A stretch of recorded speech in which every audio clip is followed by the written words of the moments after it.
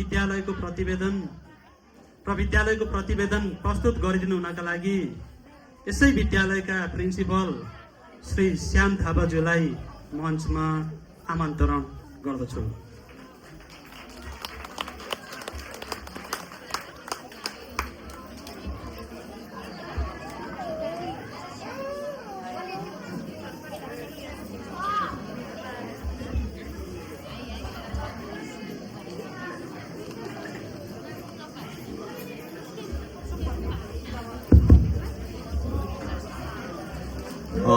कार्यक्रम सञ्चालक, दुवै शिक्षक, सहकर्मी साथीलाई धन्यवाद ज्ञापन गर्न चाहन्छु। आज यो महत्त्वपूर्ण समय मेरो निम्ति दिनुभएको छ।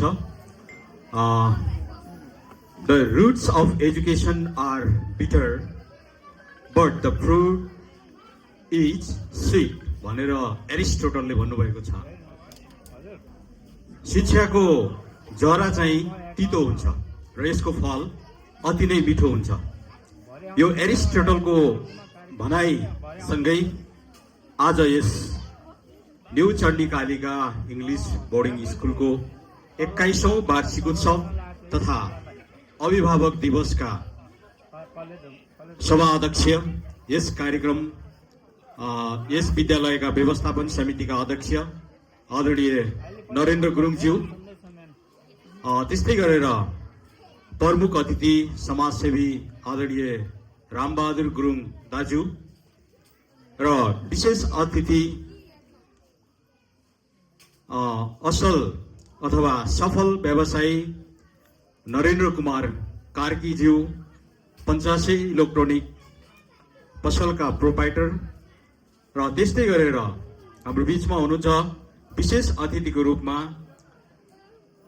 सफल व्यवसायी विकास गुरुङ जो BSG ट्रेडर्सका प्रोपाइटर हुनुहुन्छ र यसै विद्यालयका संस्थापक सदस्य आदरणीय पूर्णकुमारी गुरुङज्यू, त्यस्तै मञ्चमा आसीन नर्मला बहिनी हुनुहुन्छ, यहाँ शान्ता फुपू अनि मेरो आमा हुनुहुन्छ, त्यस्तै गरेर यसै राम्चे टोल विकास समितिका कार्यकारिणी समिति हाम्रो नारायण दाई लगायत उहाँको टिम र त्यस्तै गरेर अस्थायी प्रहरी चौकी मट्टीखानका सहकर्मी साथीहरू हुनुहुन्छ र आदरणीय अभिभावक अनि विद्यार्थी र जति पनि हाम्रो निमन्त्रणालाई स्वीकारेर आउनुभएका हाम्रा अतिथिवर्गहरू अनि यसै विद्यालयका विद्यार्थी, पूर्व विद्यार्थी सम्पूर्ण लगायत हाम्रो यस विद्यालय व्यवस्थापन समितिका सम्पूर्ण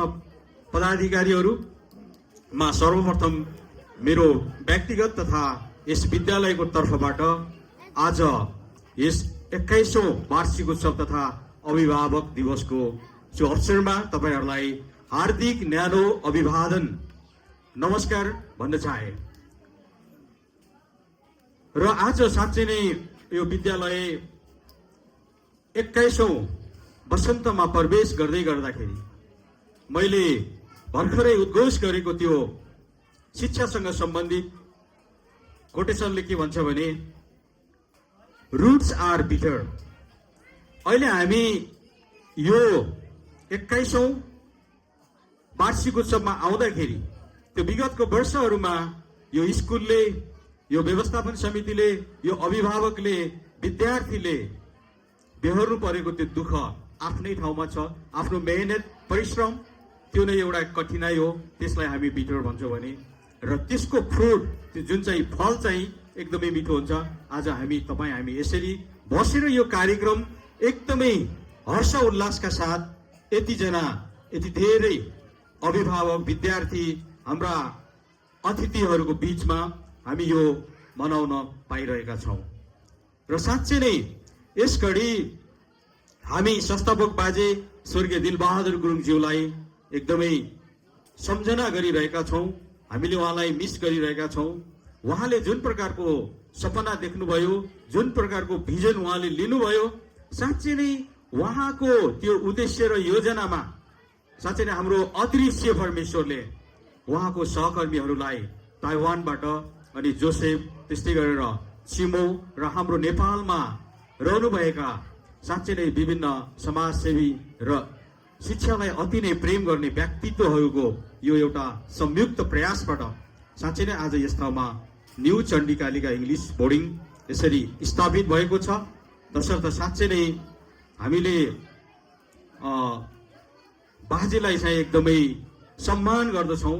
उहाँ चाहिँ साँच्चै नै आज यो कार्यक्रम उहाँले स्वर्गबाट हेरिरहनु भएको छ होला भन्ने हाम्रो अनुभूति भइरहेको छ। किनभने उहाँले दिएको यो निर्देशनमा हामी यो बाटोमा हिँड्दैछौँ भन्ने पक्का पनि उहाँ यो महसुस गरिरहनु भएको छ। अनि उहाँहरूको योगदान, उहाँको परिवारको सदस्यहरूको योगदान, साथसाथै यो समुदायको अनि तपाईँ अभिभावकहरूको यो एकदमै प्रशंसनीय अतुलनीय छ। त्यसकारणले गर्दा म तपाईँहरूलाई धन्यवाद ज्ञापन गर्न चाहन्छु। र साँच्चै नै हाम्रो विद्यालय न्यू चण्डीकालिका इङ्ग्लिस बोर्डिङ स्कुल 2053 सालमा स्थापित भए तापनि यसको पूर्व प्रोप्राइटर चाहिँ हाम्रो खेमराज पोखरेल हुनुहुन्थ्यो र पछि हाम्रो यो समितिले यो स्कुललाई यो दर्तालाई किनेर हामी साँच्चै नै यो 2005बाट यो न्यू चण्डीकालिका इङ्ग्लिस स्कुललाई हाम्रो नयाँ एउटा व्यवस्थापन समितिले चलाइरहेको हुँदा 53 सालमा स्थापित भए तापनि हामी आज 21औं यो वार्षिकोत्सव मनाइरहेका छौँ। यसको अर्थ यो छ र हाम्रो यो स्कुल चाहिँ एउटा प्राइभेट स्कुल भए तापनि मुनाफा रहित स्कुल हो, जहाँ चाहिँ तपाईँहरूको बिचमा मैले फीहरू पनि अहिले त फीको स्ट्रक्चर पनि म तपाईँहरूलाई बताउने छु कि हाम्रो नर्सरीको फी भनेको 500बाट सुरु छ। अनि एउटा यो प्राइभेट संस्थालाई 500 रुपियाँ फी लिएर यतिको सफलपूर्वक स्कुल यो विद्यालय सञ्चालन गर्न विभिन्न चुनौतीहरू छ। र यो स्कुल कसरी चलिरहेको छ भन्नुपर्दाखेरि हामीलाई विभिन्न शिक्षाप्रेमी साथीहरू राष्ट्र अन्तर्राष्ट्रबाट अनि उहाँहरूसँग प्रशस्त भएर होइन, अनि उहाँहरूले पनि यस्तै स्कुलहरू चलाउनु भएको छ।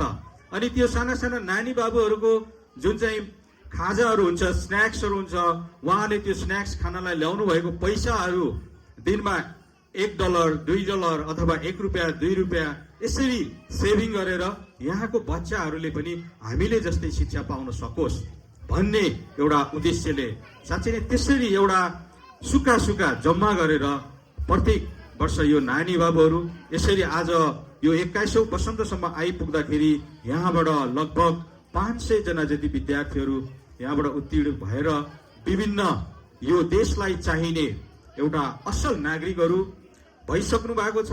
कोही चाहिँ निजामती कर्मचारी हुनुहुन्छ, कोही मेडिकल तर्फ हुनुहुन्छ भने विभिन्न सेक्टरमा छरिसक्नु भएको छ यहाँको प्रडक्टहरू। र हामी साँच्चै नै गर्व गर्दछौँ। र अहिले पढिरहेका नानी बाबुहरू पनि भोलि यो देशको लागि एकदमै अत्यावश्यक, यो देशको लागि एउटा खम्बा बन्नेछन् भन्ने हामी त्यो पूर्ण विश्वास लिएर हामी सम्पूर्ण शिक्षक शिक्षिकाहरू एकदम मेहनत परिश्रम हामीले दिन सक्ने हाम्रो तर्फबाट हामीले चाहिँ प्रयास गरिरहेका छौँ, जसको रिजल्ट आज हामी देख्न सक्छौँ। आज फेदीखोला गाउँपालिकामा हाम्रो यो बियाली तर्फ हाम्रो कक्षा 8 को विद्यार्थीहरू 100% सक्सेस भएका छन्। यो नै हाम्रो एउटा मात्र विद्यालय हो। अनि त्यस्तै गरेर यो फेदीखोलामा मात्र हाम्रो कक्षा 5 र कक्षा 8 को डिसेन्ट्रलाइज अर्थात् हाम्रो चाहिँ एक्जाम सेन्टर चाहिँ बाहिर गएर अनि पालिकालाई नै क्वेसन पत्रहरू चाहिँ सेट गरेर यसरी एक्जाम दिँदाखेरि नानी बाबुहरू 100% रिजल्ट ल्याउन सफल भएका छन्। आज मात्र होइन, विगतका वर्षहरूमा पनि यो भइरहेको छ। त्यसकारणले गर्दाखेरि तपाईँ अभिभावक अनि हाम्रो व्यवस्थापन समिति, हाम्रो शिक्षक अनि विद्यार्थी सम्पूर्णलाई यो श्रेय जान्छ। म यसमा एकदमै खुसी छु। र साँच्चै नै यो स्कुल एउटा प्राइभेट सेक्टर भए तापनि मिसनरी स्कुल हो, नन प्रफिटेबल स्कुल हो।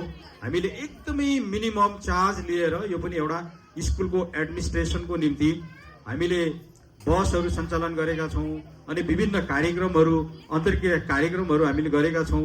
बस चलाउँदै गर्दा पनि हामीलाई धेरै लस छ, वर्षमा करिब 2 लाख जति चाहिँ हामीलाई लस छ। यद्यपि हामीले त्यो बसको सेवा पनि विद्यार्थी नानी बाबुहरूलाई दिइरहेका छौँ। र यो विद्यालयलाई साँच्चै नै अन्तर्राष्ट्रिय लेभलबाट मात्रै होइन, हाम्रो यो स्वदेशमा रहेका विभिन्न शिक्षा प्रेमी चन्दादाताहरूले पनि उत्तिकै सहयोग गर्नुभएको छ। तसर्थ नेपालमा रहेर पनि हाम्रो स्कुललाई एकदमै माया गरेर अनि यो विद्यालयको चौतर्फी विकासको निम्ति जुन प्रकारको सहयोग पुर्याउनु भएको छ, उहाँहरूलाई पनि म एकदमै धन्यवाद ज्ञापन गर्न चाहन्छु। अनि यसरी नै तपाईँहरूको सहयोग अनि तपाईँहरूको सपोर्टले गर्दा हामीलाई यो स्कुल निरन्तर अगाडि बढाउनको निम्ति एकदमै हौसला र प्रेरणा मिल्छ र यो निरन्तर हुनेछ भन्ने मैले अपेक्षा राखेको छु।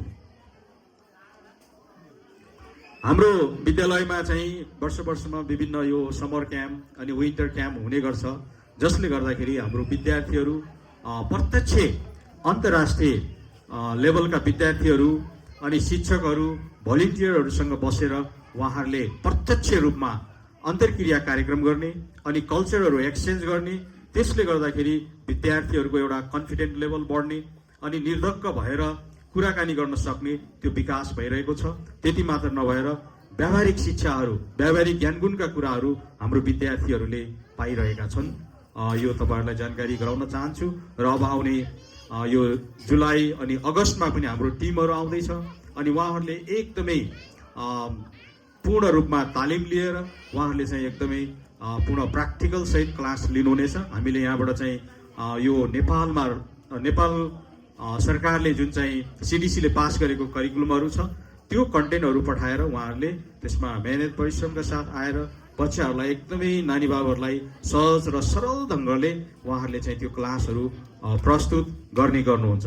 त्यति मात्र नभएर हामी चाहिँ निःशुल्क अनि स्वास्थ्य शिविर कार्यक्रमहरू हुने गर्छ, जसले गर्दाखेरि बच्चाहरूको हामीले 6 महिनामा आई टेस्टहरू गर्छौँ अनि केही हामीले चाहिँ डिफल्टहरू पायौँ भने अनि उहाँहरूलाई हस्पिटल अथवा डक्टरसम्म पुग्नको निम्ति हामीले चाहिँ सुझाव सल्लाह दिन्छौँ अनि त्यसले गर्दाखेरि कतिपय नानी बाबुहरूको बेलैमा त्यो स्वास्थ्य हानि हुनबाट यसले जोगाएको छ।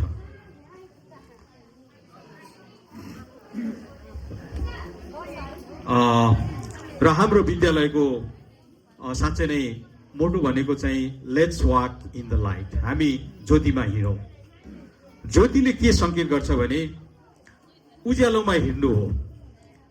उज्यालोमा हिँड्नु भनेको चाहिँ सत्यतामा हिँड्नु, इमान्दारी बन्नु, दयालु बन्नु अनि हामी जस्तो हामीले अधिकार अथवा कर्तव्य, हाम्रो जुन प्रकारको कर्तव्य छ त्यसमा दिलो ज्यान लगाएर त्यसप्रति समर्पित भएर अनि अगाडि बढ्नु हो।